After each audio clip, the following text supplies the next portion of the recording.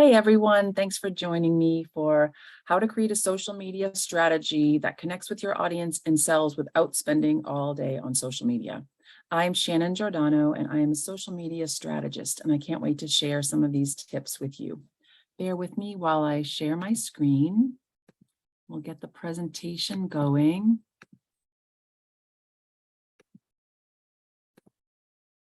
Excellent. So here we are. I'm Shannon Giordano. As I mentioned, I want to tell you a little bit about myself as we get started.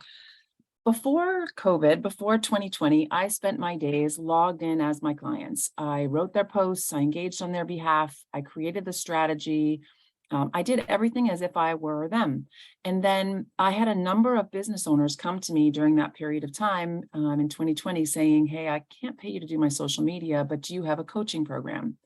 So it was a great way for me to come together, pull together all the things that I believe about social media strategy and share it with other business owners so that they can learn the things that I had learned over the last 10 years logged in as clients. It also was a bit of an aha for me because I had to shine the light on myself. If I was honest with you, I wasn't posting on my own behalf very often. I was always logged in as a client. I was hiding behind their logins. So at the same time that I was helping business owners figure out their strategies, I was applying it to my own social media as well. All right, so let's get started. This is Sally. This is just a way to, throw in a little bit of levity here. She will help us along our journey.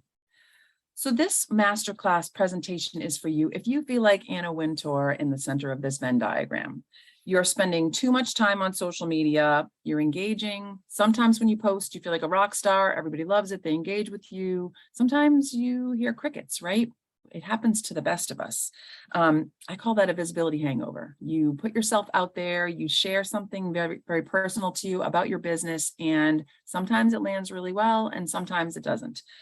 I'm going to give you a strategy approach to how you can get past that visibility hangover and put some things in place that are going to make you have a social media strategy with ease. All right, so this is me in the middle of the Venn diagram. I see you because I am you. I am also a small business owner like you. I'm working in a crowded market. There are other people who do what I do. So like you, I just need to differentiate myself. You need to do the same, differentiate yourself, share with people who you are so they know why they want to work with you over someone else who works in the same field. I also have a to-do list, 1,000,000 miles long, just like you. And sometimes working on your business gets put at the bottom of that list, if you're like me, which happens all the time. Working in your business is your sweet zone, right? Where you feel really good and where you want to get all this work done, but you do have to work on your business to make sure you're filling that sales funnel for future. And keeping up is a challenge, right? I mean, for all of us, keeping up is a challenge. The platforms get updated, the platforms change. Some days you log in and your interface looks completely different than it did the day before. And there are new platforms that come along, like Clubhouse. Remember Clubhouse? You need to know, like, do I need to jump on this? Is this really important to me? And we're going to talk a little bit more strategically about how you figure that out, because sometimes the answer is no, even though, you feel pulled because you have that little FOMO, everyone else is out there, but it really depends strategically on your own business. I believe that you don't have to be everywhere. You just have to be where your ideal clients are spending their time. For the clients that I work with, when I ask them what their number one challenge is on social media, every single time it's consistency. Honestly, it's followed by a few other things that we'll talk about, but most of the time, the first thing is consistency. It's hard to stay consistent. I get it. We are going to put something in place for that. All right. Most clients of mine, the real, most small business owners out there are spending 6 to 12 hours a week on marketing. That's a lot of time on marketing, not doing the thing that you love to do. I mean, I love to spend 6 to 12 hours a week on social media. Sounds fantastically good to me, but I understand most business owners, that is not where their heart lies, and I get it. One of my favorite clients that I worked with, she came to me and said, I can't stay consistent. I'm posting when I can. I'm doing all the things, but I'm not getting any return on investment. And she felt like she was spending way too much time on marketing. So we took a look and we looked at exactly what she was doing, how often she was posting, where she was posting, who she was speaking to, what her tone of voice was. And actually, in the end, we were able to clear away some clutter, have her post less often, more targeted, and her phone started ringing off the hook for business. So sometimes less is more, honestly. All right, so having a strategy around that brings you some ease. Here's the big picture. We all need to be on social media. Occasionally I meet someone that says they really don't, and fantastic. But for the most part, we need to be on social media.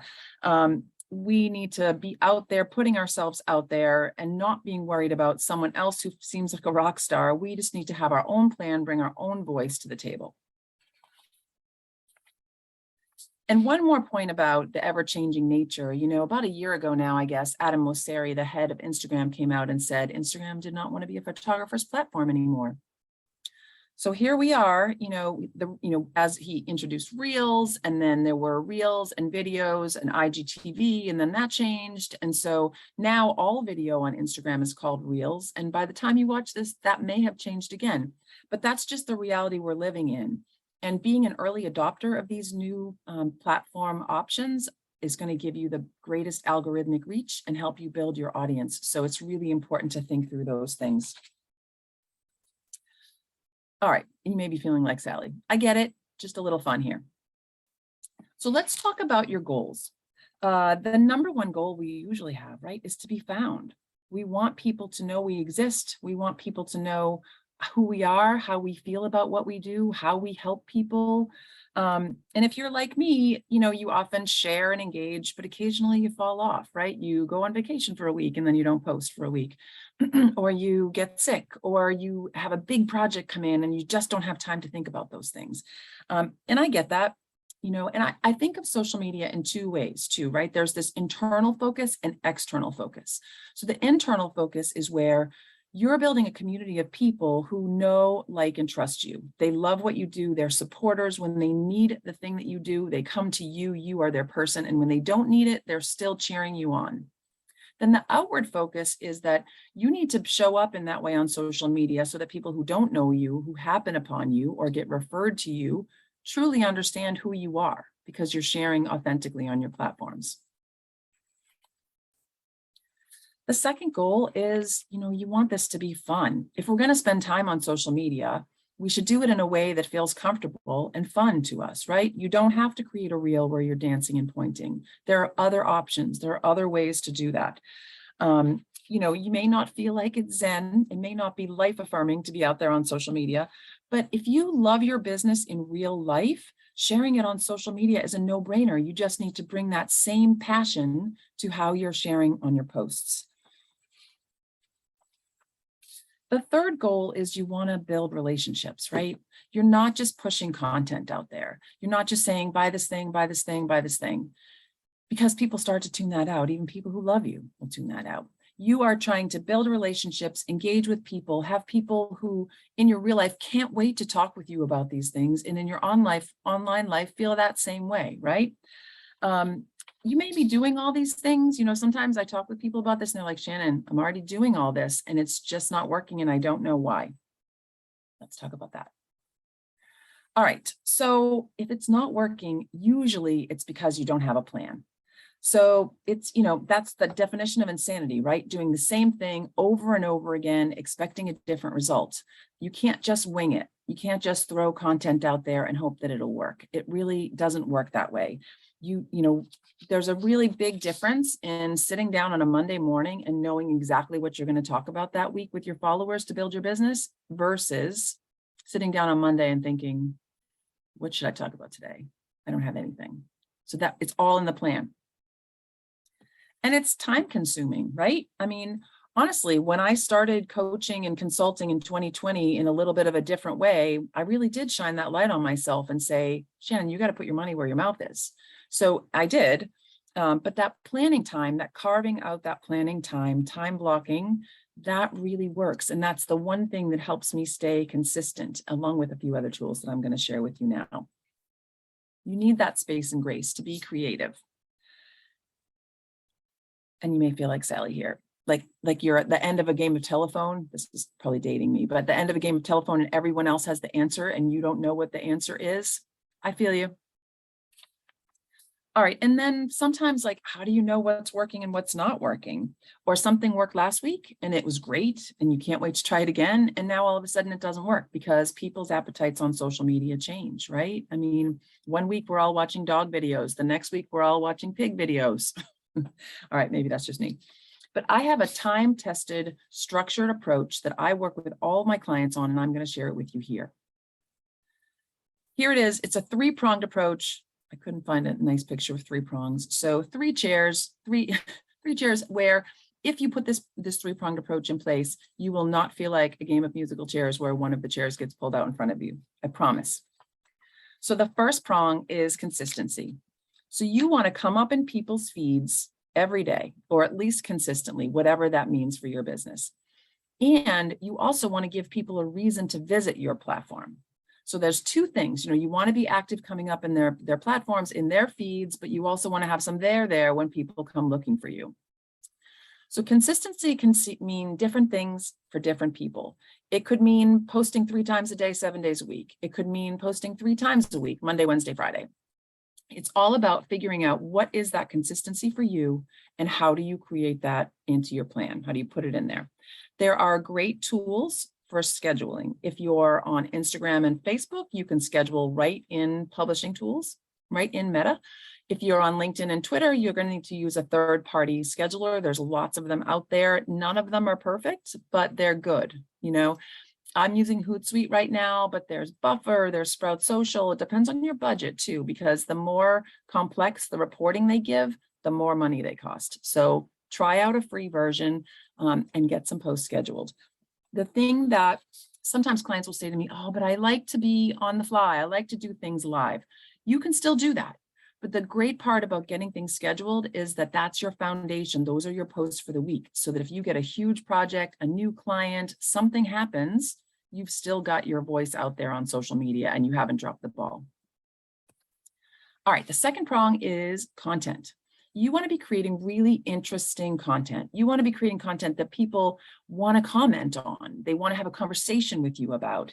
You want to do some storytelling content, talk about your why, talk about a day in the life, talk about how you work with clients and what your passion is, what your mission is, all of those things.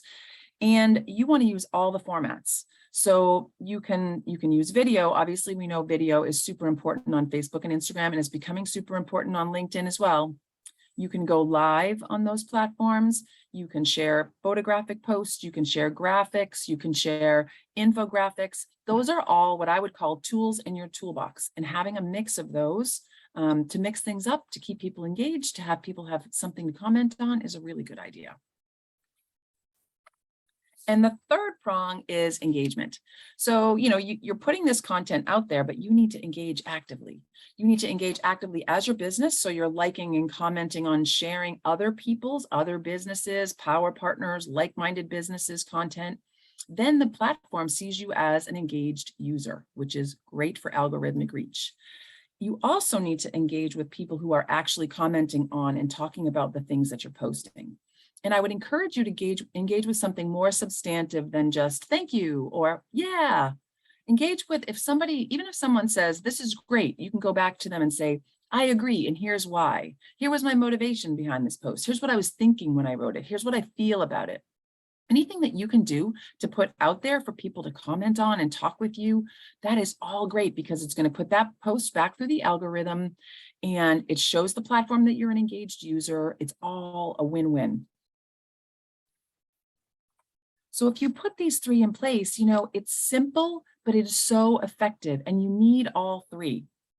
So what happens if you miss one? Like this poor girl falling off her bike. I fell off a bike once. I could tell you that story, but that's a long story. Anyway, if you're consistent, but your content is not engaging, your mix isn't good, you're not sharing things that are, informational and value added, people might start to tune you out. Or if you're sharing consistently, but you never engage, again, people feel like they're screaming into the void and that you're not actually there. So it's really important to keep track of all three of these: consistency, creative content, and engagement. So it's not rocket science, it truly is within your reach to do these things. And I would love to help you. If you need help, reach out anytime. Here's all the ways you can connect with me. and I would be happy to help you, but I hope you found some value in this masterclass. It's really important to try to think of these things strategically before jumping on the bandwagon and trying something new. I'm all about making your life simpler and easier so you're working smarter and not harder. We all want a bit of that, right? Thanks for joining me.